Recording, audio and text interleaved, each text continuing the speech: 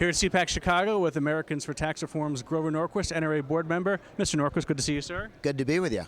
So in addition to that, the left calls you, I think, the puppet master. You're the de facto head of the Republican Party. How do you get these great titles? Well, here's the good news. The modern Republican Party doesn't want to raise taxes. Americans for Tax Reform, the group that I run, I also serve on the board of the NRA, but my full-time job is running Americans for Tax Reform. We ask candidates to commit in writing that if elected, they won't raise taxes. And that allows voters to know when they vote for somebody, this is somebody who, when he runs into trouble, will raise my taxes or won't raise my taxes. And I can trust them when they say this because they're putting it in writing and they're putting it up online. And the world will see if they change their mind. And there are no weasel words in the pledge. You did or you didn't raise taxes. As a result, people who make the commitment not to raise taxes keep it.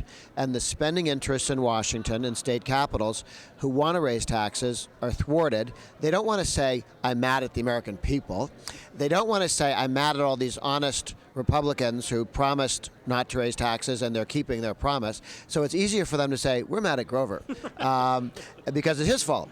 And the good news is that if I went away and became a Tibetan monk on a mountainside somewhere, you'd still have an American population and the Republicans in the House and Senate committed not to raising taxes. And the pledge just simply makes it easier for people to know who's who. So you're willing to go on record to say you and the Koch brothers don't control the Republican Party? Yes, that's true. The good news is people of principle who don't want to raise taxes keep their word. And they keep it because people take the pledge not to raise taxes because they don't want to raise taxes.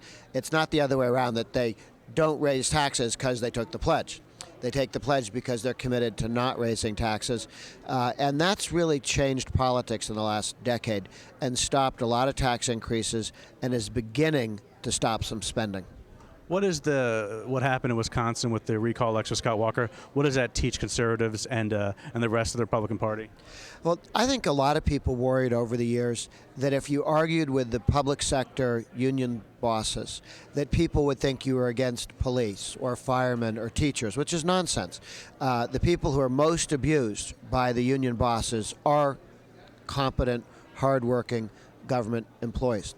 And what Chris Christie in New Jersey did and what Scott Walker in Wisconsin did is to show people how do you talk about reforming government work while being respectful of hardworking government workers, but saving taxpayers money. And that means you have to call out the union bosses who get in the way of people doing their work and who protect not the good public servants, but the bad ones, the ones who should be fired, the ones who should go on and do something else in life. And the success both in New Jersey and in Wisconsin, the popular success, the money saved in both states by reforming pensions, reforming some of the labor union contract rules, that's going to save taxpayers billions of dollars in the future, makes government more effective and more efficient, and rewards good public employees, not the bad ones.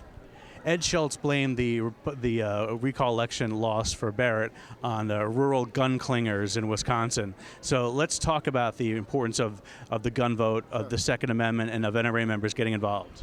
Oh, absolutely. Look, NRA members, people concerned about the Second Amendment, had a lot riding on Scott Walker's re-election recall victory, because while Washington, D.C. and the press tended to focus on his argument with the union bosses, before that, he helped enact and signed concealed carry legislation in Wisconsin, which before that was one of the two states with no concealed carry. We're in the other one now. Yes, we're in Illinois, the other state where you don't have any concealed carry.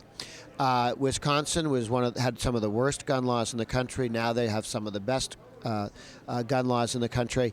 And I think the good news is that Scott Walker and all the Republicans and Democrats know that he was rewarded because he was a friend of the Second Amendment, and that the opponents of the Second Amendment lost this election in part because people want their Second Amendment rights respected, even in Wisconsin. Last question. Let's say that there was a second President Obama term. What would that mean for the Supreme Court? Well, if there was a second Obama term, he would clearly get one or two Supreme Court appointments, and he would use that to destroy the Second Amendment. We know that the people he's put on the courts are just enemies of the Second Amendment. They don't think the Second Amendment matters. They choose to ignore it. They selectively like parts of the Constitution and don't like other parts. Or make up some. And yes, they have imaginary parts. Even if you say, well, the Republicans will keep the House and the Senate, and President Obama will be stymied on passing laws. That's true. He could not enact a gun control law, but he could through the courts or through signing treaties with the UN and people overseas terribly damage, maybe permanently damage our Second Amendment rights just by himself in the White House. How confident are you on a Romney victory? I think if all gun owners and taxpayers remember to vote and remember what's at stake, the Second Amendment's at stake, and Obama wants a $500 billion tax increase if he gets reelected, both on taxes and on the Second Amendment, there's all the difference in the world. Romney will protect your Second Amendment rights and not raise taxes. Obama will trash your Second Amendment rights and raise taxes. If everybody remembers and votes, then the American people will win. Grover Norquist, thank you, sir. Thank you.